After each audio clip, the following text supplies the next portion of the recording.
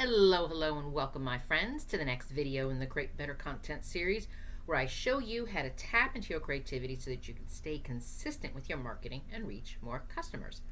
My name is Penny, and I'm going to guide you through this content development process. It is my goal to teach you how to create engaging content, not just to talk about the things that you could be doing, that you should be doing, that you need to be doing for your business, but the actual action steps that you can take. So if you want to learn more about creativity and how this can help you develop your content marketing plans, I would love to see you hit that button below and subscribe to this channel. And below in the description box, there are several links. One of that you're going to see is for the content prompt playbook. This is a free, sorry about that, I was reaching for my water. This is a free download. It's a free workbook to give you the steps to start learning how to talk to ChatGPT so that it gets what you need and gives you more defined copy, marketing copy, instead of just a whole bunch of generic words and emojis. And the next link that you're going to see is so that you can subscribe to the Marketing Strategy Collective program. This is my group program with amazing small business owners, and you can go through the process of developing remarkable content in a supportive group online space, and you can actually work directly with me. So you see the links below. You know what to do to learn more. All right, let's jump into this today. Let's talk about something here that I think is super important, and it's something that I hear all the time when it comes to marketing advice. And this kind of marketing advice gets handed out constantly in marketing spaces, especially when somebody says, my content's not working. And this advice, it sounds really simple and it always sounds helpful. But does it really work? This advice is just post more. Post more consistently. Post more frequently. Post every day if you can. And that's their answer. That's their reasoning behind it. And I get that. I totally get that. But here's the problem with this advice. And this is super important to understand. If your marketing message is unclear and you're just randomly posting more doesn't fix it. It amplifies the problem. It amplifies the confusion that your customers and your community is seeing when they're looking at your messages. So today I want to talk about why post more is actually really bad advice, really bad marketing advice. I want to talk about this. I want to talk about what's happening when that content is feeling messy. And I want to move into the action steps today. And the action step is I'm going to show you how to do a content plan that is going to help you with clarity and depth, and you're going to be able to do more than just post more. So let's talk through this today, because why is post more always the default advice? Now, before I jump into a whole bunch of reasons why, I'm going to give you this. I'll be fair about this for a moment. Post more becomes popular because algorithms do reward activity. I'm not going to lie about that. I'm not going to sit here and tell you that that's not true. Algorithms appreciate you showing up consistently. And post more does mean that you're being consistent. And consistency does matter. Post more also lends itself to visibility. Meaning that if I went to your social platforms, or if I went to, go find or ran a search for you, I'm going to see a post that wasn't 6 months ago, but maybe 6 hours ago. So I get that. And all of that is fantastic information, especially when it comes to your marketing. And it only works, though, if your marketing message is clear. So the idea of post more, it's not completely wrong. It's just not the whole thing, because it skips the most important question. Post more of what? It's not just post more of what? So when somebody's already second guessing their messaging, they're unsure what their business is known for, and you think that all you have to do is react to trends, and then that leads to you sharing disconnected ideas and messages and just random posts out there. Telling somebody like that to post more is like saying go into that big huge arena with thousands of people and just talk louder because somebody's bound to hear you. That's what it sounds like. That's what the advice is. And yeah, you could go in that room and somebody might hear me. But why would I go into that room and hope that somebody might hear me when I could rework my plan and make sure that what I'm saying is clear, that I'm not randomly posting, that I'm actually having a strategy in place. And I think that that's where this frustration is building because, here we are going into this big giant room talking louder instead of saying something with clarity. So the real issue isn't the effort of posting more every single day. It's more about focus. And I get this because I have lots of conversations all the time. And it's interesting whenever I meet with a new client or even have a discover call with somebody. They always say, I'm posting as much as I can. This is how much I'm posting. Like that's a clarifying sentence that they needed to tell me so that I knew that they were participating some way in their marketing. So, I get this. I get this because I don't think that people are not posting. I believe you. I truly believe you. I'm on social media. I see it. I see everybody posting.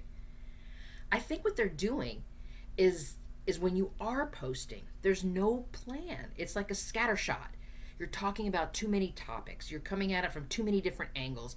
You're trying to reach too many different audiences and clients. And this all creates too many versions of your business. And so when that all comes together and here you are posting, that message never lands. Because when your content lacks focus, your customers and your community don't know what it is that they come to you for. And when your content lacks focus, any bit of expertise that you might have possibly had becomes diluted. Your business looks inconsistent, even if you're posting regularly, because it's not a posting problem. It's a focused and direction problem. And what happens is this idea of posting actually finds itself into this thing that all of us small business owners deal with. The idea of how do we hustle? How do we get more? How do we do more? How do we get more done? How do we do this to make more money? And we get into this hustle mind frame, especially right now in this economy being the way that it is, where you're thinking about every dollar that's going out the door for your business. You're thinking about what are you going to be spending on programs that you're going to be paying for, programs that you're going to be canceling, all of these kinds of things. And our hustle-based content plan relies on this pressure to create more output, to do more frequency as a proof that we are committed to showing up. And it just turns into this whole idea that you just assume that you just keep showing up, something's going to click. Like I'm going to go into that big room, that big arena with thousands of people, and if I just talk louder, someone's going to hear me. But here's the cost. It's like, I'll say it. That's where the burnout comes. That burnout everybody talks about, from content idea generation and mixed results. And why isn't this working? Why shouldn't I be doing this? And why isn't people doing it? I spend all this time creating these video series and nobody's watching them. And it's just very frustrating. And then what happens? Because we're so frustrated and we've done so much work and nothing's coming and nothing's landing and nobody's connecting and nobody's clicking on our call to action and, all that stuff we want them to do, you just stop. Because somewhere in your brain, you're like, well, this isn't working. So maybe if I just stop doing what I'm doing, then I can just kind of pull back and try to rework everything. But we don't. We will take a little step back and then we'll assess ourselves and then we'll maybe get into another project or work on something else. And then another week goes by and we're like, oh, I forgot to go on Instagram this week. And so then it starts all over again. The whole process, post more, let me do this, I'll figure it out. So let's talk about this. Let's talk about a place where we can actually create something like an anti-hustle plan. And it's not an excuse to do less, but it's a way to do things that actually work. So let's talk about this anti-hustle plan. And here's your action step. Here's the thing I want you to start doing. I've been talking about this all month long, content buckets. And this has everything to do with, yes, we are doing this in the Marketing Strategy Collective. We've been talking about this all month. I've been doing videos about this all month long, and I want to get even deeper into this. Because your content buckets, some people call them content pillars, some people call them weekly themes, monthly topics, all of those things, they're the same thing. I like to call it a bucket because I like to think of it as a container of ideas and content, and it all goes into the bucket. Okay, so let's talk about this bucket, because content buckets themselves are going to create depth for your marketing, and they're going to help you stop with that online noise. Because content buckets do a lot of things. Their top job is organization. They make sure that you've got topics that are connected to your offers, that are connected to your business goals, that there's a path where everything that's in the content bucket is there to help you make money. So content buckets limit your focus, and they do it on purpose because it gives your message that repetition. It creates continuity over time. And when you choose a small number, like 3 to 5 of these content buckets, and then you return to them again and again and again, something powerful happens. Your community starts to recognize you when you show up. And not because you're everywhere, but because your messages are clear. And the depth from using a content bucket comes from revisiting these ideas over and over again. And maybe we're doing them from a different angle, and we're using different platforms, so they're going to come across. But the actual marketing foundational message itself has been reinforced. The same beliefs, the values, your mission is reinforced. You're able to explain your thinking, not just give a list of bullet point tips. So the online noise is just coming from the newness and people showing up, not from intentions. So when we use our content buckets keep our marketing anchored within. So if we think about it from this place, think about the businesses that you follow. Think about the businesses that you like their content, that you pay attention to their content, and you think about what they're known for. It's not that they're known for everything. They're known for this one specific reason why you're there. They've got a point of view. There's a specific problem that they solve. There's a conversation that they're having. These are the things that are happening, and this is what is a content bucket. The problem is a content bucket. This conversation becomes the content bucket. Your point of view is the content bucket. And when you are very clear about your content buckets and you pull the content ideas directly from these buckets, that's when your community starts to know what to expect. Your messages become familiar. And when that happens, trust builds faster. And when trust builds faster, we're much more able to see people take action. This is how people think, yeah, this is what this person talks about. They recognize you. And it's not built because you have been posting every single day.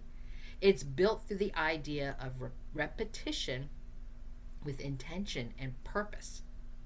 Because this repetition only works when these topics, these content buckets, are intentional. So how do we do this? How do we actually use these content buckets to create the idea of an anti-hustle content plan? How do we see this? This is how it looks in real life.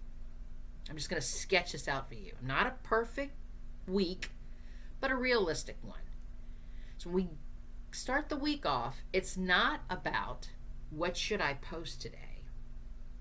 We ask ourselves, which conversation am I continuing?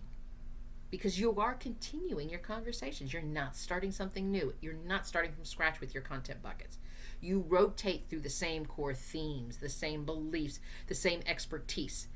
So on busy weeks, you can share something simple within one of the buckets. On high energy weeks, that you've got a lot of time, you've got a lot of energy that you can do this, a lot of ability, you go deeper. You write a blog post, you do a video series. And on the quiet weeks, when you're not able to work as much as you want to, or you can't post as much, or you can't do as much, you don't spiral. You don't sit there and think, oh my God, I need to get something up there today. Because nothing's off track. Your plan doesn't collapse just because your life happens. And that, my friend, is anti-hustle. That's what you go for. That is what you're striving for by the use of these content buckets. So if we think about it from that place, this is exactly why we become intentional with our marketing. Because consistency and showing up isn't just about effort. Showing up is about when your system supports you and you stop fighting it. And that's when content becomes something that you can maintain. It's working, it's connecting, and it's not something that you're just constantly second guessing and it's going around in your head and then it makes you want to stop. So I want you to think about how you can create your own anti-hustle content plan. Because the thing about that, and when you create this plan, there are things that you will do, the things that you'll add into it, and then there's things that I want you to not do. I want you to understand that when you're using content buckets, that it's not about posting more because now you have all these content bucket ideas. Because more does not equal better. With your content buckets, you no longer have that pressure to chase every single trend and challenge that's out there. If it works for your business and it fits with your content buckets, then by all means you jump into that trend. But if it doesn't, you have a clear reason why this is not for me. And content buckets help you understand about variety. Because when you're able to share from a diverse group of buckets, of the different content that you're sharing, your content stops feeling like chaos and stagnation. What happens is your content starts to grow. Your content starts to become momentum. And you can start to see it and you can start to feel it.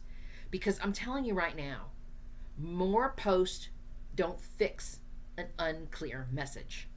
More effort doesn't fix a lack of focus.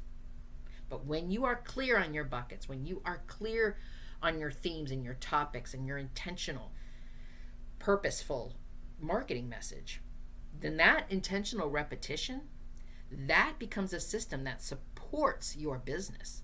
And this is when we start to look at this content plan as being an anti-hustle plan, because we don't feel force, we don't feel pressure. And that's when the content starts to work with your business, not against it. So an anti-hustle marketing isn't about doing less posting. It's about doing what's going to build your business. And that's the kind of consistency that's going to last, and that's the kind of marketing that's going to reach more customers. So thank you so much for joining me today. If this episode gave you some ideas to start learning new skills for your marketing, I would love it if you would hit that like button. And then do me a favor and hit the share button and share this with another business owner. And if you are looking to take this further, I wish you would join us inside the Marketing Strategy Collective. We are going to take all of these ideas and help you turn them into a content plan that actually drives sales. So you see the link below and you know what to do to stop working in a solo bubble and work in a collaborative space and get the help that you need with your marketing efforts. Because you are magnificent, my friend. And let me be the first to say, I'm proud of you. Until next time.